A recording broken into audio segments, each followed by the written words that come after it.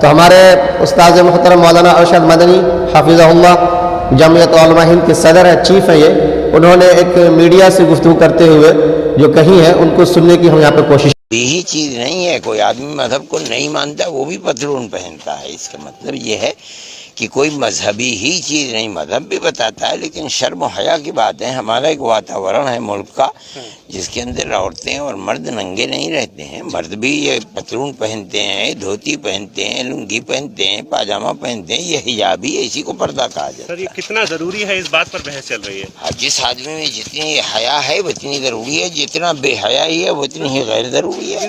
مہذب انداز سے سمجھا دیا۔ ٹھیک اسی طریقے سے اسی شرم و حیا کو دیکھتے ہوئے اور انسان کے لیے اس کا پردہ کتنا ضروری ہے، ہمارے بہار کے وزیر اعلیٰ سی ایم شری نتیش کمار جی نے بھی بڑی اچھی بات کہی، ان کو بھی سنیے۔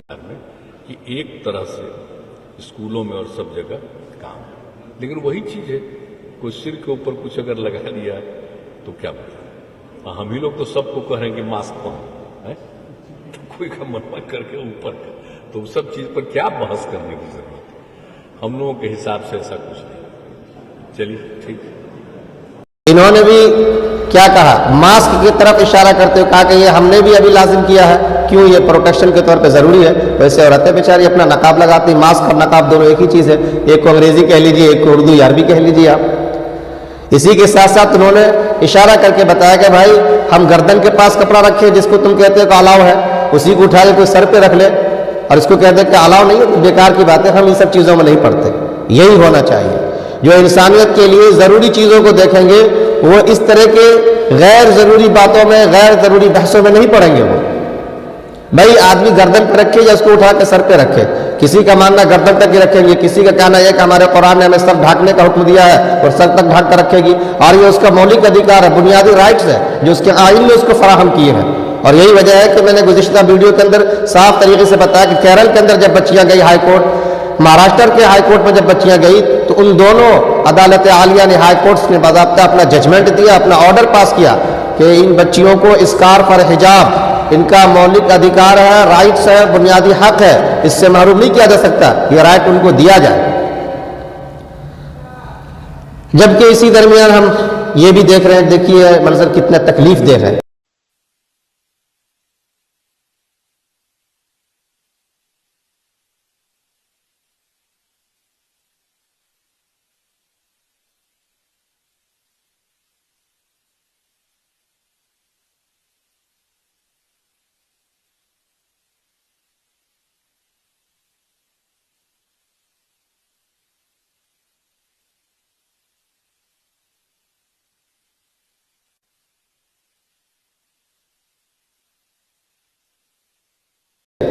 بچیوں کو اسکارف ہٹانے کے لیے کہا جا رہا ہے، جو ٹیچرز وہاں پڑھاتی ہے ان کو مجبور کیا جا رہا ہے۔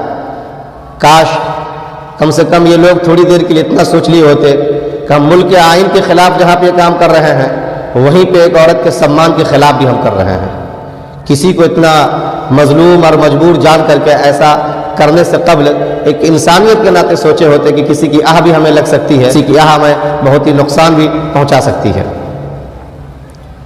حالانکہ اسی درمیان ہم نے دیکھا، ٹویٹر پہ جا کر آپ بھی دیکھ سکتے ہیں کہ کیندر ودیالیہ کے حوالے سے لائیو لا جو ٹویٹر اکاؤنٹس ہے اس پہ جا کے دیکھ لیں آپ، یہ کہا گیا باضابطہ یہ ان کا نیشنل رائٹس ہے، یہ رائٹس ان کو پرووائڈ کیا جائے، ان کو حق دیا جائے کہ جو مسلم بچیاں ان کیندر ودیالیہ کے تحت میں آنے والے اسکول میں پڑھتی ہیں وہ اسکارف لگائیں گی اپنے یونیفارم کے ساتھ جو کلر میچ کرتا ہے اس کے ساتھ۔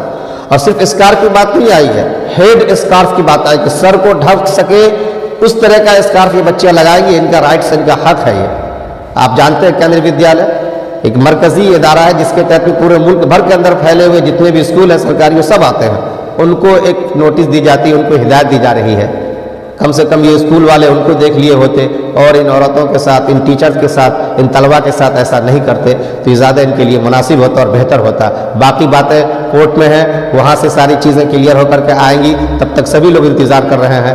ہم نے جو باتیں آپ کے سامنے میں پیش کی اور سب کو ایک فریم کے اندر لا کر کے رکھنے کی ہم نے کوشش کی، وہ ہم رکھ چکے ہیں۔ آپ اس سے اندازہ لگا لیجئے اور دیکھ لیجئے کہ ملک کے لیے کون کتنا سوچ رہا ہے، انسانیت کے لیے کون کتنا سوچ رہا ہے، ہماری انرجی، ہماری صلاحیت کہاں لگنی تھی اور ہم کہاں لگا رہے ہیں۔ ملک میں جو کچھ بھی بیروزگاری پھیل رہی ہے، بے حیائی جو پھیل رہی ہے، اس کے حوالے سے حادثات پیش آ جاتے ہیں، ان سب کو دیکھنا تھا، لیکن ہم ان کو نہیں دیکھ رہے ہیں، نہ ان پہ آواز اٹھا رہے ہیں۔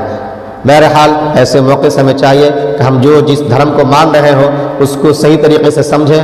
جو مسلمان بھائی ہیں ان کو دین پہ چلنے کا پورا مکلف بنایا گیا ہے، وہ دین پہ چلنے کی پوری کوشش کریں، اور ایسے موقع پہ آپ اپنی بات کو اپنے رب سے جڑ کر کے ان تک کہتے رہیں، آپ کا رب آپ کے لیے آسانیاں فرمائے گا اور انشاءاللہ سارے راستے بھی وہ نکالے گا۔ جزاک اللہ۔ آپ سبھی لوگ ان باتوں کو عام کرنے کی کوشش کریں، اچھی باتوں کو، مثبت باتوں کو پھیلانا، ایک پازیٹیو تھنکنگ کو پوری دنیا کے اندر پھیلانا اور اس کی کوشش کرنا، یہ ہم سب کی ذمہ داری ہے۔